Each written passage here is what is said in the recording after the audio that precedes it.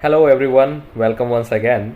अगर आप बिहार बोर्ड से 9th या 10th के स्टूडेंट हो तो आपको ये वीडियो पूरा देखना चाहिए, क्योंकि इस वीडियो में मैं रासायनिक सूत्र लिखने का तरीका सिखाऊंगा। अक्सर मैंने 10th क्लास में ऐसे स्टूडेंट को देखा है जिन्हें अच्छे से रासायनिक सूत्र ही लिखना नहीं आता है, क्योंकि वो 9th में इसे अच्छे से सीखे ही नहीं। उदाहरण के लिए सोडियम क्लोराइड का सूत्र होता है NaCl और कैल्शियम क्लोराइड का सूत्र होता है CaCl2। अगर हम सोडियम क्लोराइड को NaCl2 लिख देते हैं या कैल्शियम क्लोराइड को CaCl लिख देते हैं तो ये गलत माना जाता है और एग्जाम में हमारे मार्क्स भी कट सकते हैं। तो इस 15 मिनट के वीडियो में मैं आपको 10th में जितने भी रासायनिक सूत्र का प्रयोग होगा उन सब का फॉर्मूला रिवाइज करवाऊंगा। बने रहिए मेरे साथ और वीडियो को पूरा देखें। सबसे पहले है हाइड्रोजन, जिसका सिंबल है H, संयोजकता 1+। उसके बाद सोडियम, सोडियम का सिंबल है Na। इसे Na से इसलिए डिनोट करते हैं क्योंकि इसका लैटिन नाम है नेट्रियम, है ना। इसकी संयोजकता भी 1 है। उसके बाद हमें पढ़ना है पोटेशियम, जिसका सिंबल है K इसलिए क्योंकि इसका लैटिन नाम है कैलियम। कैलियम का K यानी पोटेशियम। उसी तरीके से सोडियम जो है इसका लैटिन नाम नेट्रियम है, नेट्रियम का Na। उसके बाद सिल्वर है, सिल्वर का लैटिन नाम है अर्जेंटम, इसलिए इसको Ag से डिनोट करते हैं, अर्जेंटम।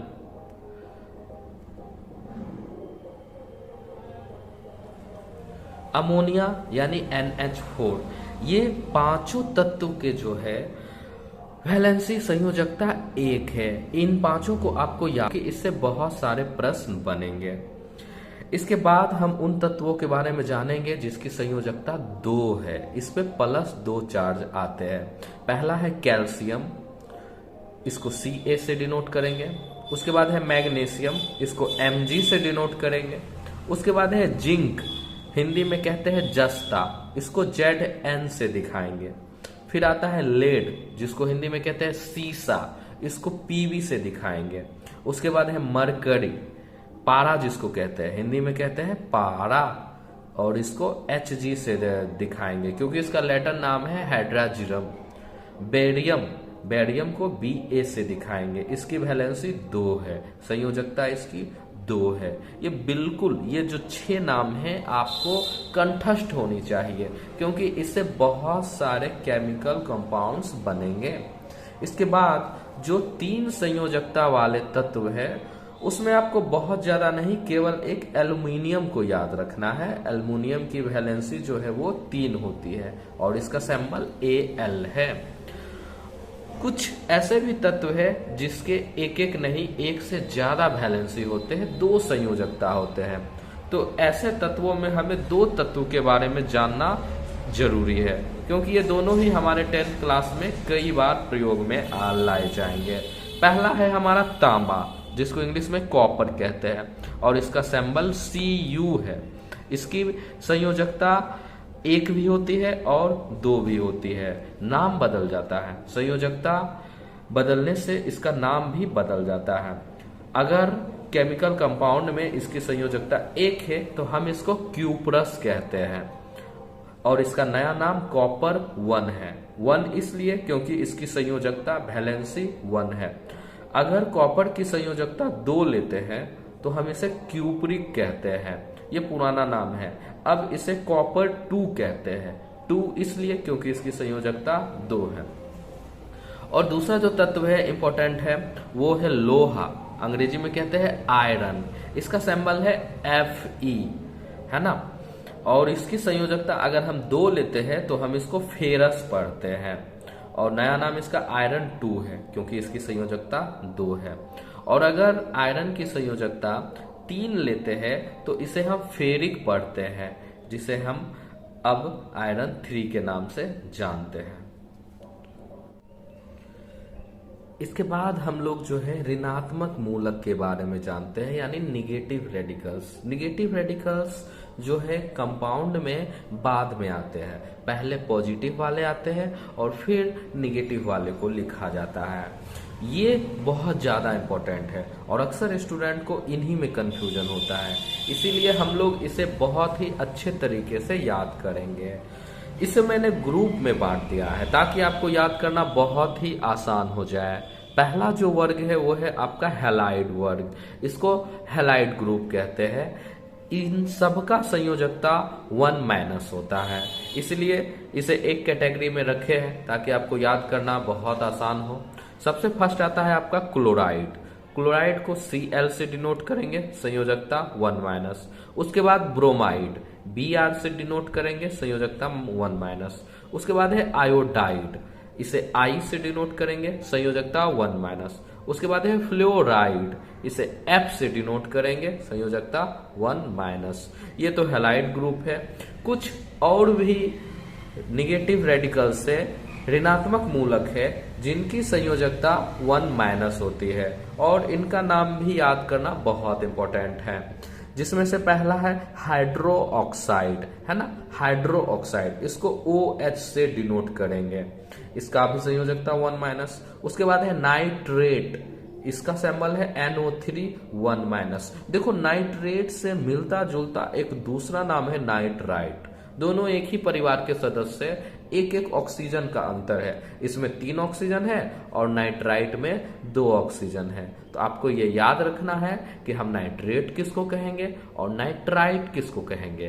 तो याद रखना, जहां NO3 है उसको हम नाइट्रेट कहेंगे और जहां NO2 है उसे हम नाइट्राइट कहेंगे। तो ज्यादातर क्वेश्चन में ये यूज होगा, ये ज्यादा यूज होता है, NO3 ज्यादा यूज होता है, NO2 कम यूज होता है। उसके बाद है क्लोरेट, क्लोरेट भी कहीं कहीं पे यूज होता है, जिसका सिंबल है ClO3 और संयोजकता है 1-। कहीं कहीं पे परमैग्नेट भी यूज होता है, जैसे कि पोटासियम परमैग्नेट, काफी इंपॉर्टेंट कंपाउंड है ये। और यहाँ परमैग्नेट का जो सूत्र है वो है MnO4, इसकी संयोजकता है 1-। साथ ही बाइकार्बोनेट, ये बाई वर्ड जो है बहुत जगह यूज होगा, तो कहीं भी बाइकार्बोनेट हो, बाइसल्फेट हो, ये बाई शब्द जहां लगा रहे उसके लिए हम एक H यूज करेंगे और इस पूरे की जो है संयोजकता 1- हो जाती है। बाइकार्बोनेट की संयोजकता 1-, बाइसल्फेट लिख दे तो भी उसकी संयोजकता 1- हो जाएगी। इसके बाद 2- संयोजकता वाले मूलक देखते हैं। तो पहला है ऑक्साइड, ऑक्साइड बहुत जगह यूज होगा, ऑक्सीजन से बना हुआ है ऑक्साइड, सिंबल है O और इसकी संयोजकता है 2-। उसके बाद पढ़ना है कार्बोनेट, कार्बोनेट का सिंबल है CO3, इसकी संयोजकता है 2-। ये कार्बोनेट और ये सल्फेट बहुत ज्यादा प्रयोग में लाए जाएंगे, कार्बोनेट और सल्फेट का उपयोग बहुत ज्यादा होगा, इसलिए इस दोनों को हमें अच्छे से याद रखना है। इसकी वैलेंसी 2- और इसकी भी 2-। उसके बाद है सल्फेट से मिलता जुलता नाम सल्फाइड और उसी से मिलता जुलता नाम सल्फाइड। तो सल्फाइड और सल्फाइड कहीं कहीं पे यूज होंगे, लेकिन आपको याद रखना है क्योंकि आगे आपको ये दिखेंगे। जहां SO3 है वहां सल्फाइड कहेंगे और जहां केवल S है वहां सल्फाइड कहेंगे और सबकी संयोजकता 2- होती है। अब बच गए 3 संयोजकता वाले, तो 3 में बहुत ही कम याद रखने हैं। जो एक है आपका पहला नाइट्राइड है, जो नाइट्रोजन से बना है, इसको N से डिनोट किया जाएगा। और उसके बाद जो इसमें इंपॉर्टेंट है वो है फॉस्फेट PO4, इसकी संयोजकता 3- है। और इसके बाद है एल्यूमिनेट, कहीं कहीं पे यूज होगा, इसका सिंबल AlO3 है और संयोजकता 3- है। ये सभी के सभी मूलक जो है आपको अच्छे से कंठस्थ होने चाहिए, तभी आप रासायनिक समीकरण में रासायनिक यौगिकों के सूत्र सही सही लिख पाएंगे। अब आगे मैं बताता हूं कि आप रासायनिक सूत्र किस प्रकार से लिख सकते हैं।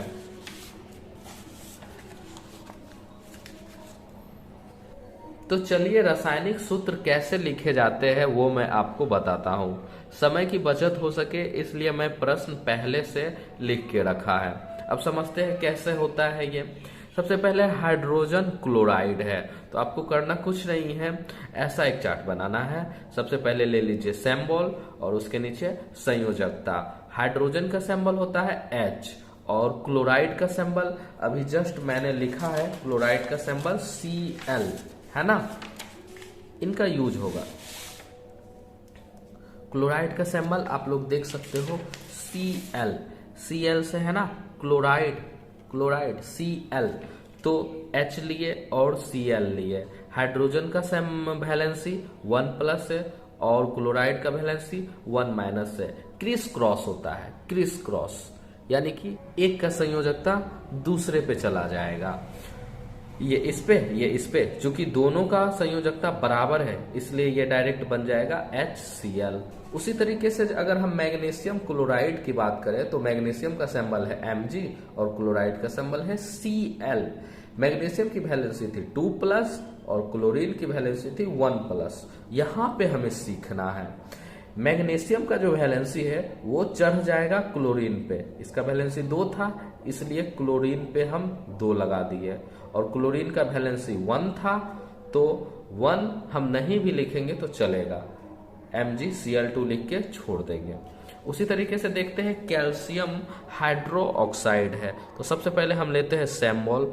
सिंबल क्या है कैल्शियम का, जरा बताइए सिंबल क्या है कैल्शियम का, Ca। बहुत अच्छा। और हाइड्रोक्साइड के बारे में मैंने आपको शुरू में ही बताया है, हाइड्रोक्साइड के बारे में है ना, हाइड्रोक्साइड का सिंबल है OH और इसकी संयोजकता है 1-। इसकी पहले संयोजकता भी लिख लेते हैं, संयोजकता जो है वो 2+ है, और हाइड्रोक्साइड के लिए OH लेते हैं और इसकी संयोजकता जो है 1- है।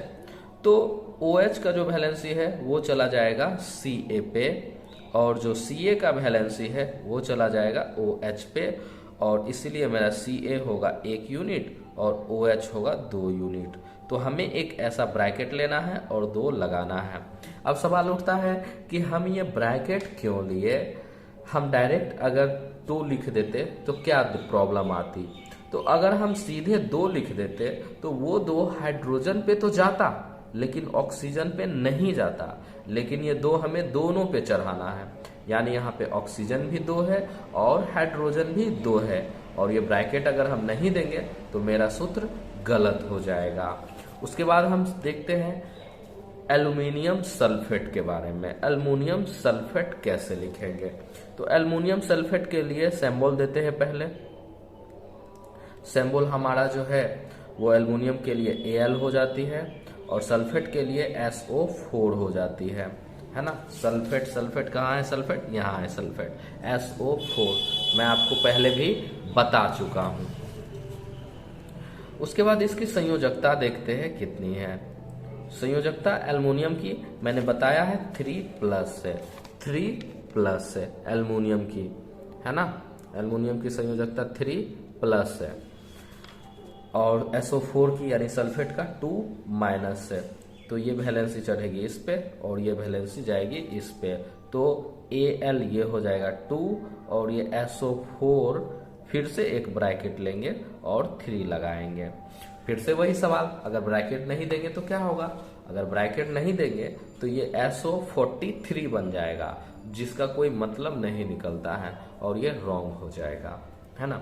ठीक उसी प्रकार से सिल्वर ब्रोमाइड हम कैसे लिखते हैं, तो सिल्वर के लिए जो सिंबल है वो होता है Ag और ब्रोमाइड के लिए जो सिंबल है वो होता है Br। अगर बात करूं मैं संयोजकता की तो सिल्वर की संयोजकता जो है 1 है, मैं लिख चुका हूं, सिल्वर की संयोजकता 1+ और ब्रोमाइड की संयोजकता ये 1- है, ब्रोमाइड की संयोजकता 1- है। चूंकि दोनों बराबर है इसलिए दोनों एक एक बार लिखा जाएगा और ये बन जाएगा AgBr। बहुत आसान है। उसी तरीके से एक इम्पोर्टेंट है कॉपर 1 सल्फेट। कॉपर 1 सल्फेट मैंने बताया था कि जहां पे कॉपर 1 लिखा है इसका मतलब हमें उस कॉपर को लेना है जिसकी संयोजकता 1 है, तो कॉपर का सिंबल क्या होता है Cu। चूंकि कॉपर 1 है इसीलिए इसकी संयोजकता हम 1+ लेंगे और सल्फेट का जो सूत्र है वो SO4 होता है और इसकी संयोजकता होती है 2-, तो ये चला जाएगा इस पे और ये चला जाएगा इस पे, तो ये हो जाएगा Cu2SO4। 1 नहीं भी लिखेंगे तो चलेगा। हो गया, बहुत ही आसान है ये, है ना।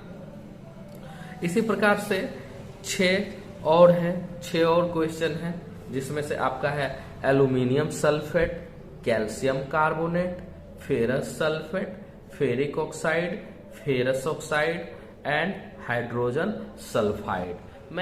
ये जो बाकी के 6 प्रश्न हैं, इन्हें मैं आपके प्रैक्टिस के लिए छोड़ रहा हूँ। आप लोग इसे अच्छे से प्रैक्टिस करें और हमें व्हाट्सएप करें।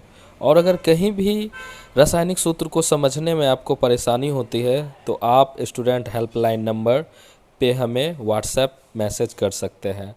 हम आपके प्रॉब्लम को सॉल्व करने की कोशिश करेंगे।